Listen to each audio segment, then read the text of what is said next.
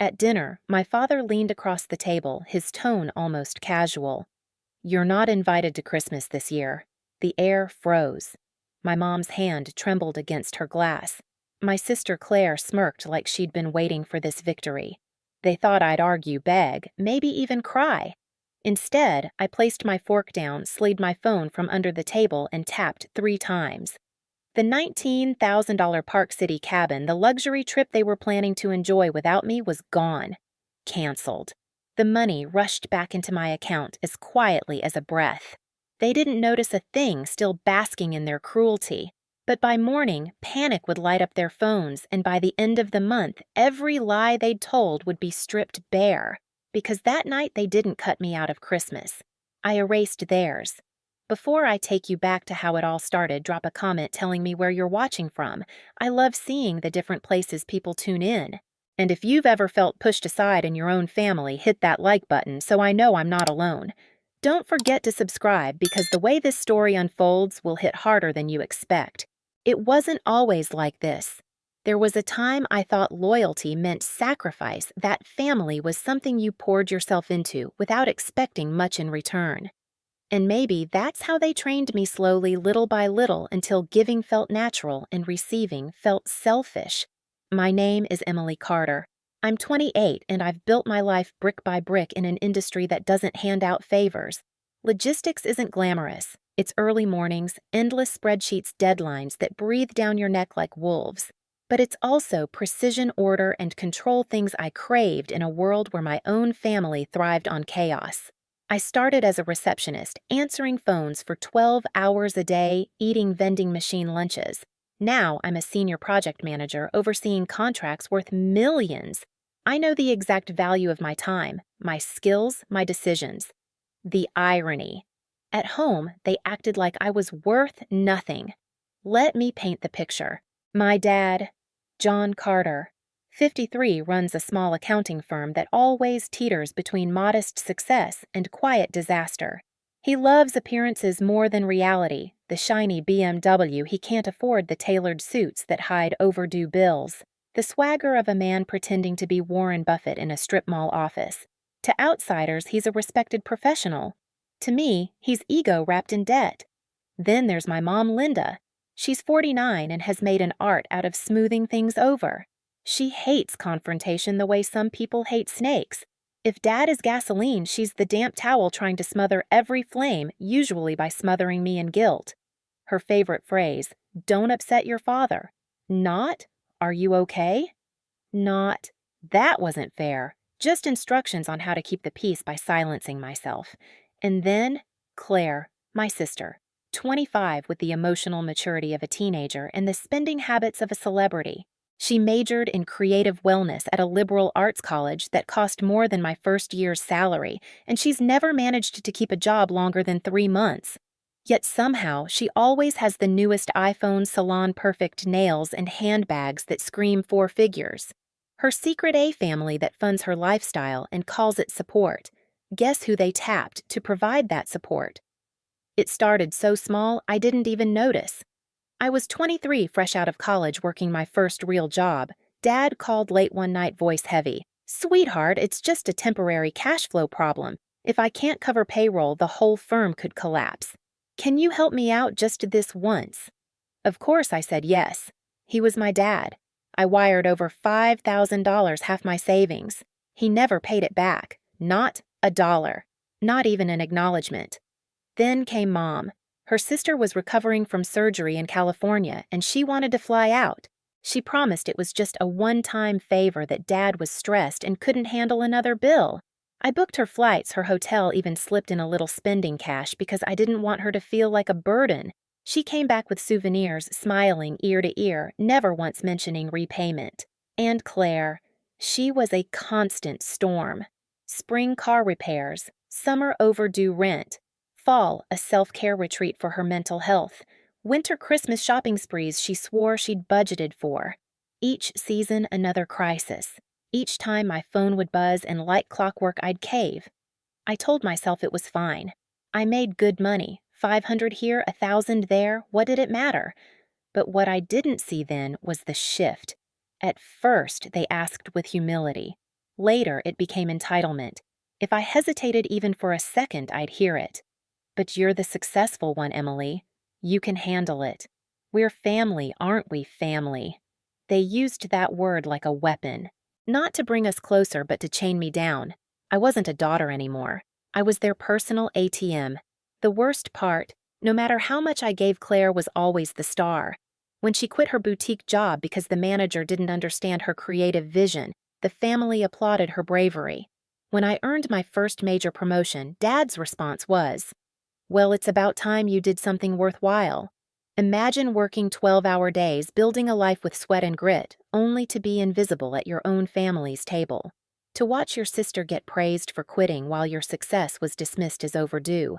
It's not a single knife in the back, it's a slow bleed. Looking back now, I can see it clearly. Every check I wrote, every bill I covered, every time I stayed quiet while they overlooked me, it wasn't kindness. It was training. They were teaching me to accept invisibility, to carry their burdens without complaint, to make myself smaller so Claire could shine brighter. But I wasn't that 23-year-old anymore. I wasn't the girl desperate for approval, hoping that one day, if I just gave enough, they'd finally see me. I had changed. My career had taught me discipline, strategy, leverage. And soon my family would learn that I wasn't the weak link they thought I was. Because sacrifice only feels noble until you realize you're the only one making it. And I was done bleeding for people who called it love while they drained me dry. September had always carried a bite of change in the air, the evenings sharper, the daylight slipping away earlier. For me, last September was more than seasonal. It was the month my company announced my promotion. Senior project manager, one of the youngest in the firm's history. I had clawed my way up through late nights, forgotten weekends, carrying projects no one else dared touch. And when the email hit my inbox, I sat frozen at my desk, staring at my new title. For the first time, I felt undeniable no one could dismiss me as just responsible anymore. The pay raise was substantial. The performance bonus doubled my annual salary. And standing in that office badge, swinging against my blazer, I swore I'd finally do something to make my family see me. Not through the lens of their entitlement, not as the walking credit card, but as someone who could create joy. That's how Park City was born. I found the cabin by accident, a listing tucked into a luxury rental site, 4 bedrooms, floor-to-ceiling windows, overlooking snow-blanketed mountains, a gourmet kitchen, even a hot tub where the stars looked close enough to touch. The price tag, $19,000 for 1 week, more than some people earn in half a year. I clicked reserve without hesitation. It wasn't about me. I pictured Mom's face lighting up at the spa package I booked just for her. I imagined Dad at a wine tasting bragging to other vacationers about his refined palate, finally proud to call me his daughter.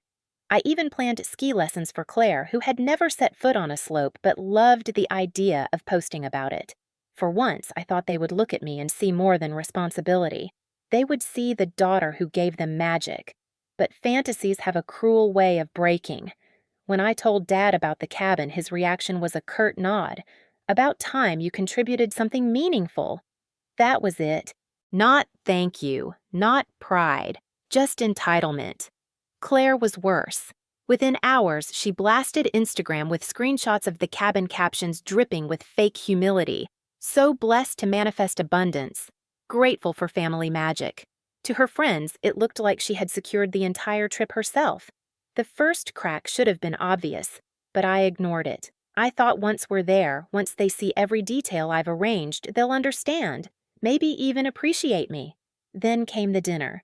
The table was set with roasted chicken and mashed potatoes, apple pie cooling on the counter. For a flicker of a second, it almost felt like the kind of family dinner I'd always wanted, warm, united, safe. But illusions shatter quickly. Claire scrolled her phone, giggling about ski outfits. Mom hummed approval. Dad smirked at her screen. I tried to join in, mentioning how I'd confirmed our steakhouse reservations. That's when Dad cut me off, eyes still fixed on Claire. "You're not coming on the trip," he said flatly. The words ricocheted in my skull. Not coming, I blinked. Immediate family only this year. You'll understand. Immediate family. The irony nearly knocked me out of my chair. I was the one who booked the cabin, paid for it, planned every second of it. And yet, I wasn't family. Claire smirked. No offense, M, but you ruin the vibe. This trip is supposed to be fun, not lectures. Lectures. That's what they called my boundaries. My insistence that rent be paid on time, that bills didn't magically cover themselves. I heard myself say it sharper than I meant. I booked the cabin. I paid for it. $19,000. Dad finally looked at me, expression annoyed, as if I were interrupting. Language, Emily. Yes, you handled logistics, but Claire is fragile right now. She needs family support. Your presence creates tension. Tension. That was the word they used for my existence. Mom nodded eagerly. Maybe it's for the best, honey. You work so hard. A quiet Christmas might help you relax. Something shifted inside me then. A cold, solid clarity. I stared at them, the father who used me, the mother who excused it, the sister who thrived on it, and I realized I wasn't invisible. I was dangerous to them, because if I stopped playing my role, their entire world collapsed. So I said the only word I could manage without shaking fine. They thought that meant surrender, that I would leave quietly sulk, maybe beg later. But in my head, a plan was already forming. My career had taught me something vital. Logistics is strategy. It's about timing, precision, leverage. And I had all three. That night, I drove home in silence. My hands steady on the wheel, my mind racing. At my kitchen table, the cabin confirmation email glowed on my laptop. Dad's name as renter. My card as payment. My money. My rules. I hovered over cancel reservation. My pulse barely quickened as I clicked. Seconds later, a message appeared. Refund processed. $19,000 returned to my account. It was intoxicating, like breathing after drowning. With one click, their fantasy dissolved into nothing. But canceling was only step one. I poured a glass of wine, leaned back, and let the idea crystallize. They thought they had cut me out of Christmas. In reality, I had just cut the strings that kept them dancing. This wasn't heartbreak. This wasn't surrender.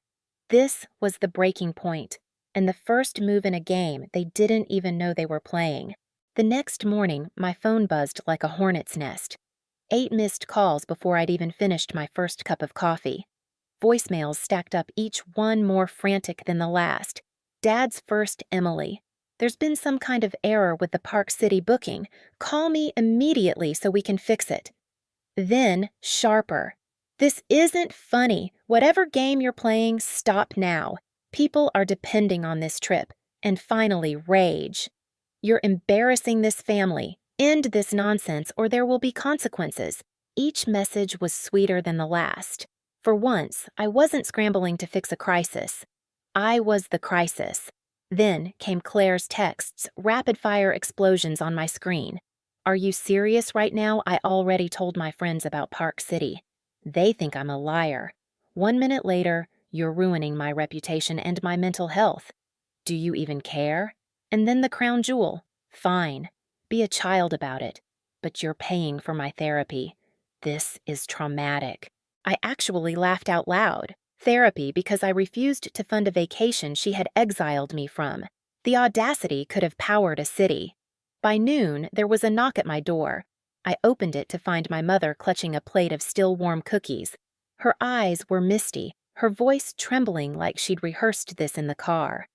Honey, I think there's been a terrible misunderstanding, she began softly. Your father didn't mean you weren't welcome. He's just worried about Claire's mental health. Smaller groups seemed easier.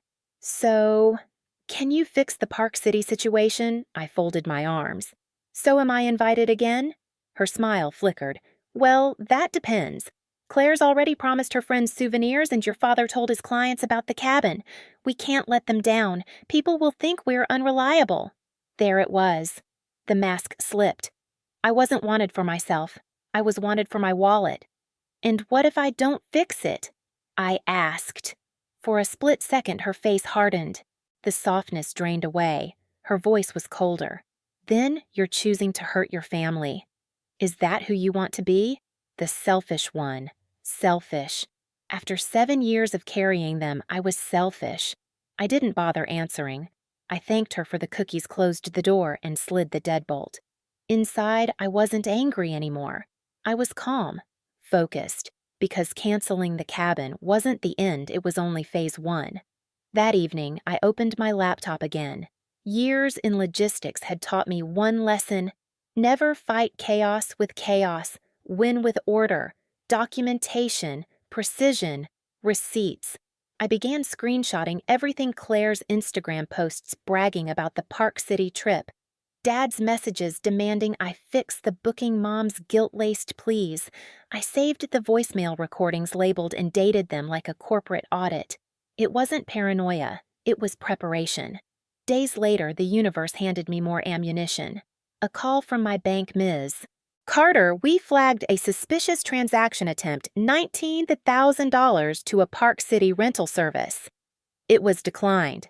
Did you authorize this? My stomach went cold. My own father had tried to rebook the cabin using my card number saved from the original reservation. Fraud. Literal fraud. Not long after Uncle Jim called me. His voice was tight. Emily, did you know your dad asked me for $3,000, said it was for extras on the family trip. He swore he was covering the main cost, just needed help with flights and dinners. I trusted him. My jaw clenched. Dad wasn't just leeching off me, he was conning relatives too. Through Uncle Jim, I found out the full scale. Dad had borrowed $500 from Aunt Linda, won $200 from Cousin Mark, even $300 from Grandma, who lives on a fixed pension. Almost $6,000 siphoned through lies, painting himself as the generous provider. And Claire. She was feeding the fantasy online. Daily countdowns, 2 weeks until Park City magic. Stock photos of snowy streets, hashtags about being blessed. Her influencer friends flooded the comments with envy. Manifestation queen. She basked in attention built on a trip that didn't exist. Every post, every lie, I saved them all. Sitting at my desk one night, staring at the growing folder of evidence, something shifted inside me. This wasn't about revenge anymore. It was about truth. For years, they'd controlled the narrative: Emily the serious one, Emily the ATM, Emily the complication. Now I held the receipts that would flip the story upside down, and I knew exactly where to drop them. Uncle Jim mentioned that Dad had rented my apartment complex's clubhouse for Christmas Eve. He planned to host his business partners and clients there, boasting about the luxurious Park City getaway he'd funded. Claire was bringing a photographer friend to stage candid shots, pretending they'd just returned from the slopes. They wanted to perform a lie. Fine. I'd give them an audience. Quietly, I booked the same clubhouse for December 27th, 2 days after their charade. I sent invitations to the entire extended family, to Dad's clients, even to some of Claire's influencer friends. The invite was simple: post-Christmas family gathering. Exciting announcements for the new year, no details. Curiosity would do the rest.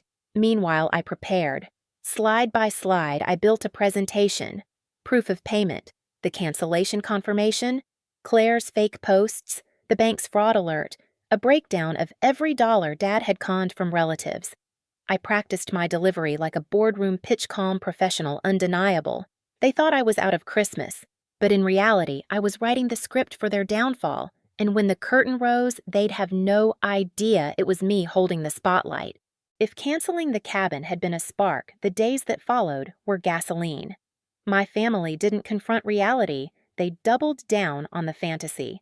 Claire's Instagram became a stage set built on lies. She posted countdowns 3 days until Park City bliss with glossy stock photos pulled from rental sites. She tagged ski brands in selfies taken from her bedroom mirror, pretending she was packing. Her captions dripped with the kind of smug spiritual fluff she'd mastered when you trust the universe it provides. Her friends flooded the comments with envy. Queen behavior, manifestation goddess, and she soaked it up, responding with fake humility. So grateful for my supportive family. Supportive. I almost choked. Meanwhile, Dad turned the family group chat into his brag board. He boasted about wine pairings for dinner at the lodge, hinted at networking opportunities with other successful vacationers.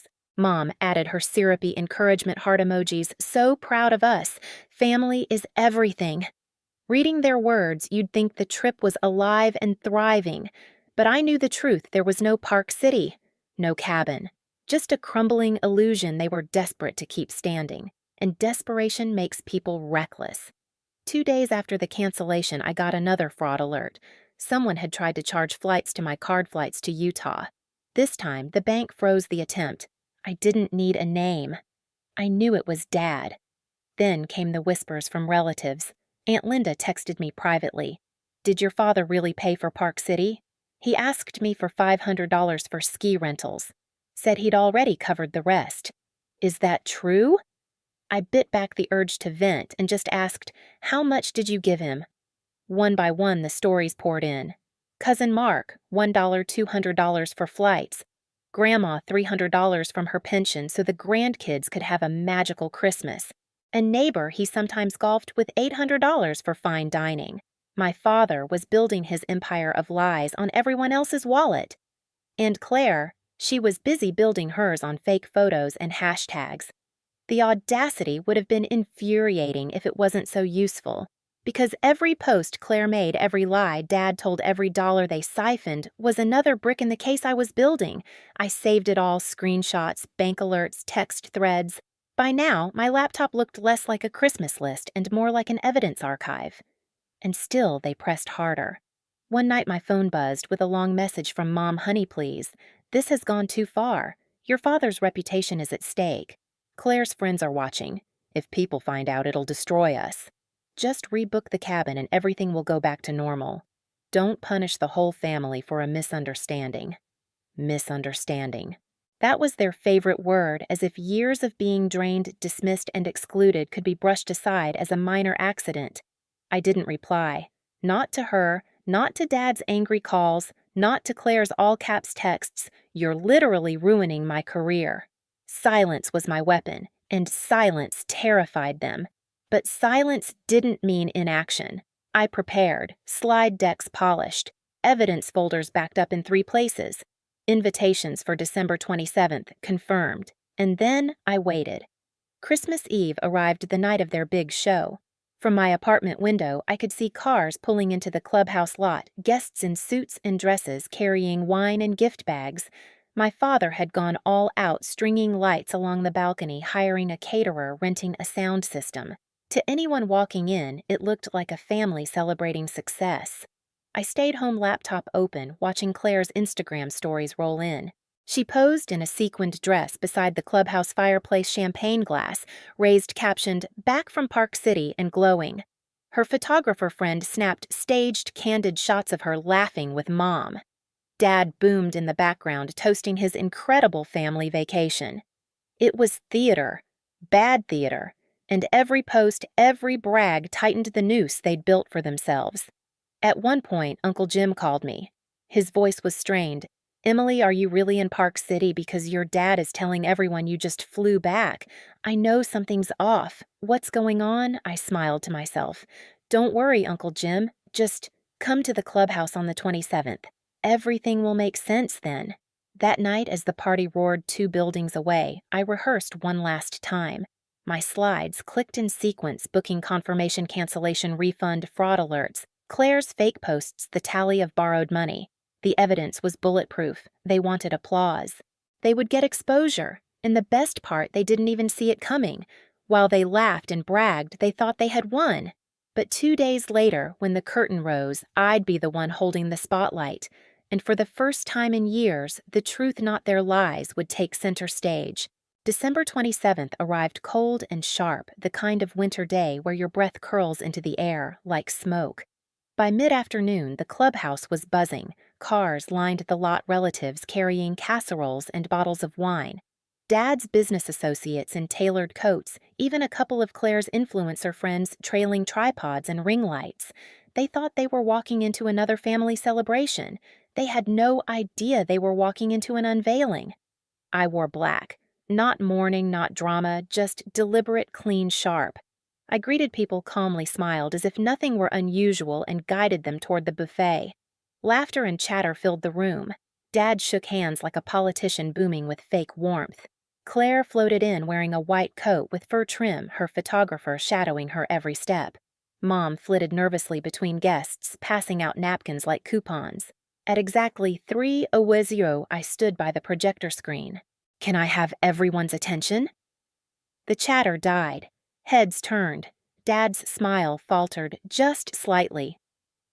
I want to clear up a little confusion about Christmas this year, I said, my voice steady. There are things you deserve to know. I clicked the remote. The first slide appeared the Park City booking confirmation. Dad's name listed as renter. My credit card charged $19,000. Gasps rippled through the crowd. Next slide, the cancellation email. Refund confirmed. $19,000 returned to my account on December 15th, the very day after I was told I wasn't invited. Whispers filled the room. Wait, what? You canceled it. Why would they? Claire's face went pale under her makeup. Emily, stop this. This isn't. I clicked again. Screenshots of Claire's Instagram filled the screen countdowns, stock photos of cabins, hashtags about manifesting abundance. As you can see, I said evenly, this entire online persona was built on a trip that never happened. Her photographer friend muttered, "You lied! You staged all of this!" His camera dropped from his hands with a clatter. Claire's voice cracked. It was just for content, click. The bank fraud alert appeared Dad's name stamped across the attempted $19,000 charge. Now the room went silent. Then came the slide, titled, The Family Fundraising Campaign. Text messages, voicemail transcripts, Venmo screenshots all projected larger than life. Uncle Jim's $3,000 loan. Aunt Linda's $500 for ski rentals. Cousin Mark's $100 or $200. Even Grandma's $300 scraped from her pension. A total tally of nearly $6,000. The room erupted. John, you told me you paid for everything, Uncle Jim shouted, face red. You scammed me out of $500, Aunt Linda snapped. One of Dad's business partners stood abruptly, voice ice cold. You bragged about funding a $19,000 cabin. You made me and my wife look like fools. We trusted you. Dad's mouth opened and closed like a fish gasping for air. I never said Park City specifically. Yes, you did. Another client cut in furious. You sent photos. You sold this as your treat. Claire tried to salvage it, her voice shrill. It's just a misunderstanding. We still had an amazing Christmas together. Location doesn't matter when there's family love. I clicked again.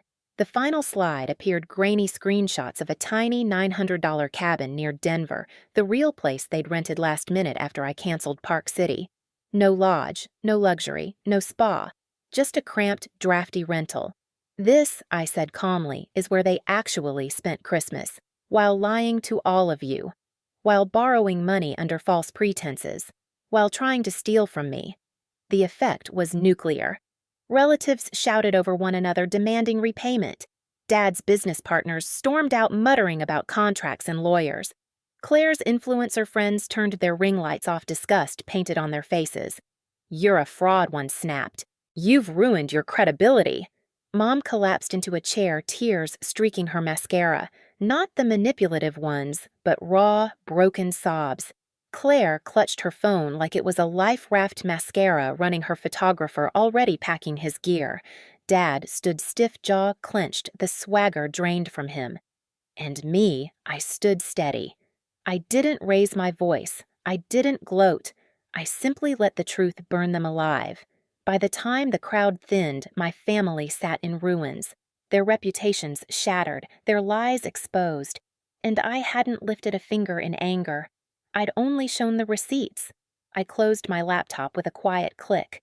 The sound echoed like a gavel.